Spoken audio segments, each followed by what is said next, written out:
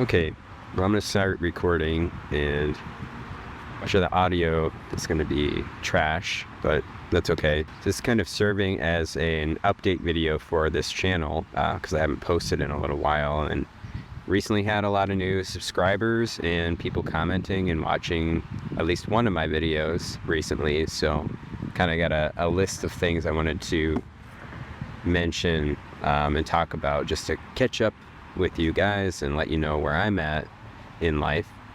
I'm in my hometown of Sioux Falls, South Dakota for the Memorial Day weekend. I spent most of the morning just walking. I walked about 5 miles to our downtown area, had a coffee and some breakfast, and then now it's the afternoon and I'm walking back to my folks' place. So that's what I'm doing today, and I've been thinking a lot about what I want to do with my time going forward, because I've had kind of a life change recently and want to go back into making stuff gradually, but gotta tell you where kind of the timeline of things have been for me. So winter, I think I've mentioned it in videos in the past, I get pretty sad seasonal affective disorder, and so kind of the dark days and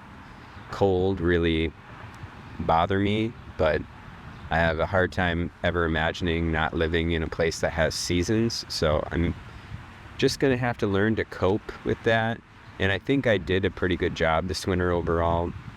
I actually set up a nice space in my basement with a sun lamp and like a TV and a workout bench and a treadmill, and I mostly just spent time in the treadmill. I didn't really do a lot of lifting.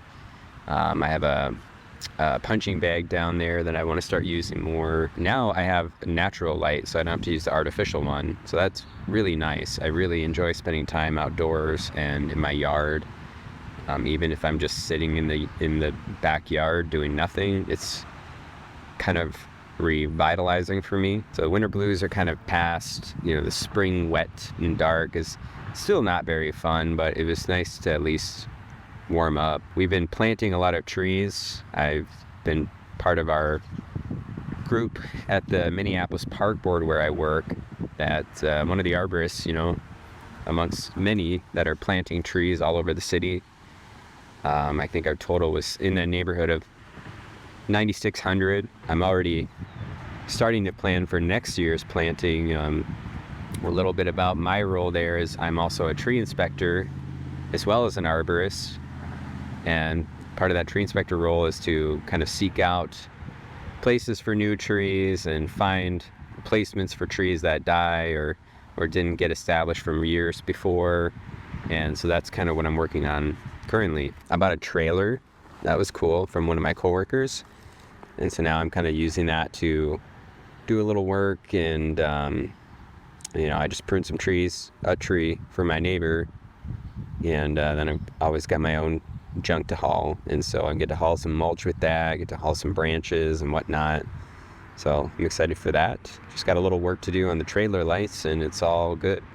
I had an Airspade video that I made a few years back that kind of did like a walkthrough and a guide, more or less, on how to airspade trees. And it was a tree that was in a suburban area, not too far from where I live, but not that close either. I used to work outside of the Twin Cities in a suburb for a big tree care company called Davey Tree, and I sold a lot of work there. And then years before having that position, I've been a plant healthcare tech and a tree, one of the arborists on the tree crew. And so I learned how to do root collar excavations and vertical mulching and root trenching and, all the work that you can do with a compressor and an Airspade. So I made that video at one point because I, years back, had a webinar with treestuff.com about airspading, and that video basically doesn't exist anymore. It was only streamed on like Facebook Live, so it was never on YouTube. I don't think it was posted by them at all anywhere else. So that video is really hard to find, and that's the context for which I built this whole like hour-and-a-half talk or so about Airspade work. And I made this little video like a few days before the talk, the webinar. I really just recorded it so that I had some fresh material to play while I talked about Airspade work in my video, and I doubt I even played that video in its entirety in the webinar. When I started doing more YouTube stuff, I ended up posting that video on my page, and it had been up for almost 2 years without like any views or comments. And then all of a sudden, like the YouTube algorithm took that video and blew it up, and as of like now, it's got over 400,000 views. In a week, it got about 300,000 views, which has never happened on my channel. And so obviously with that comes very positive and interested people, but then also obviously it comes really shitty people and bad comments and people that make you feel bad and don't understand the context of it, don't even know what the work is, and snap judgments on a person based on like this really not good video. I get why some people don't like the video, and they also don't think that it's a good example of root collar excavation, and I agree with them.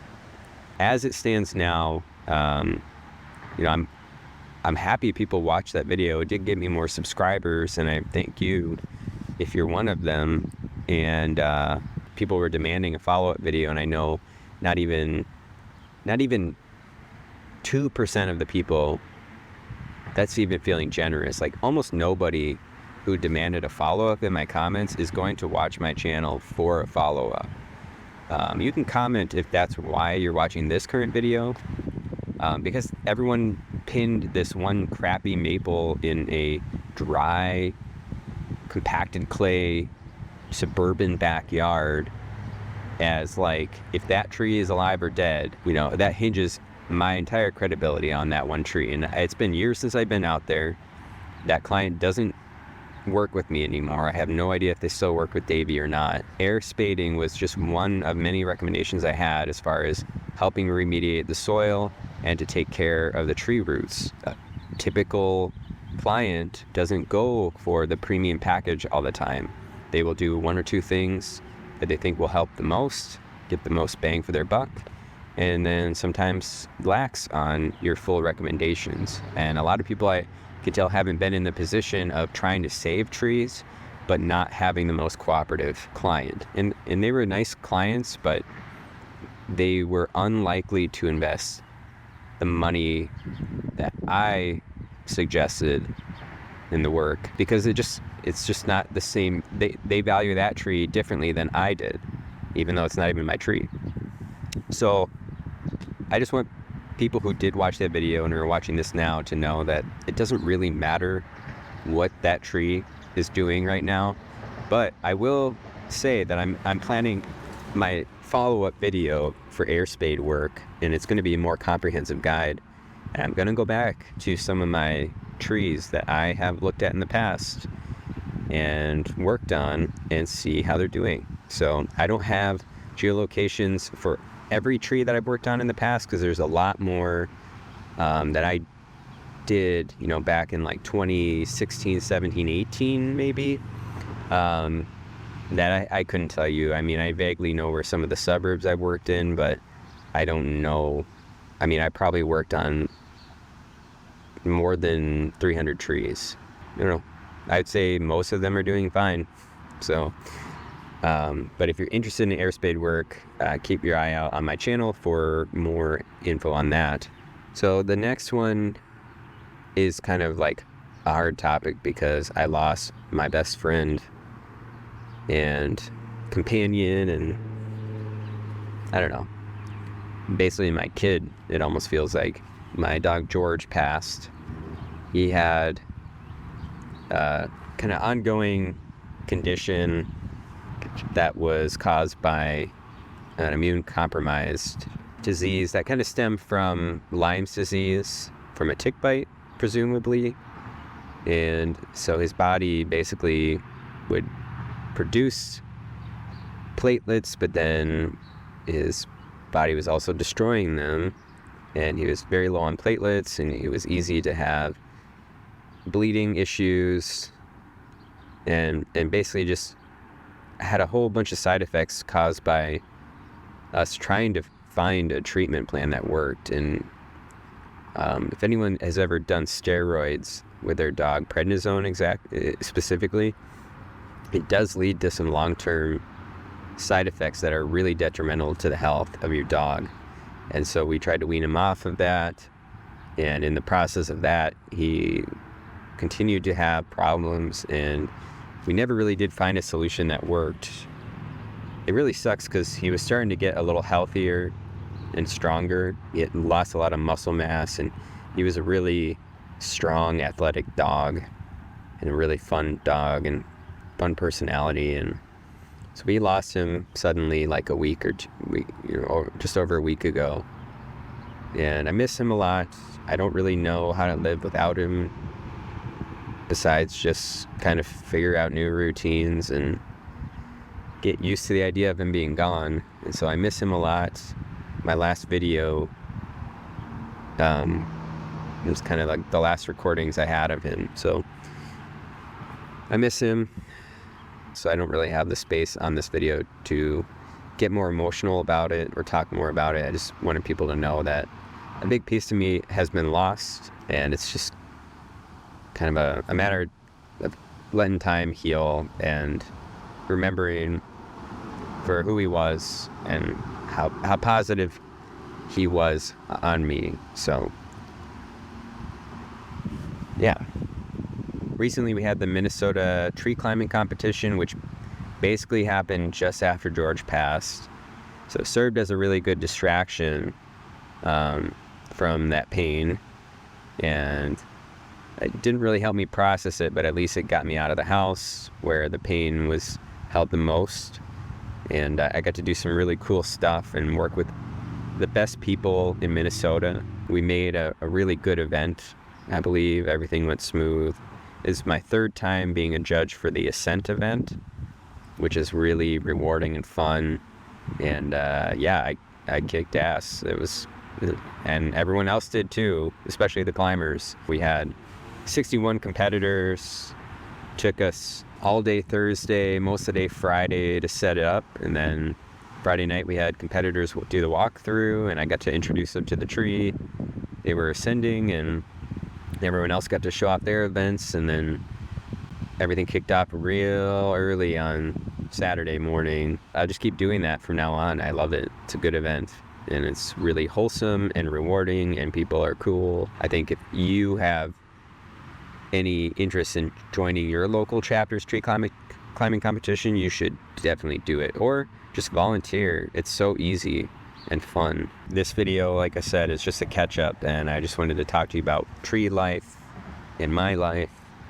And so going forward, I'm just trying to learn and remember the things that I love to do and what I like out of life. And I'm just kind of enjoying some freedom with my time now, and I want to explore where I live and the world a little more, and I've been enjoying music and enjoying biking and kind of trying to figure out, how I want to express my views on things and build my voice. Yeah.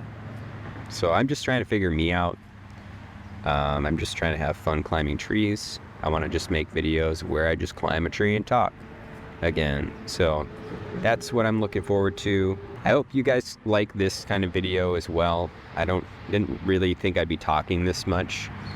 And I don't know how vulnerable I want to be in front of a camera.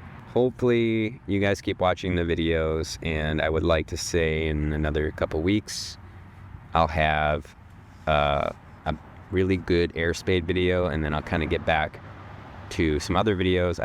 I'd scrapped a couple of videos over the past couple months that I just didn't feel like were me anymore. Sometimes just doing generic review videos they get a lot of views, but they don't feel creatively rewarding.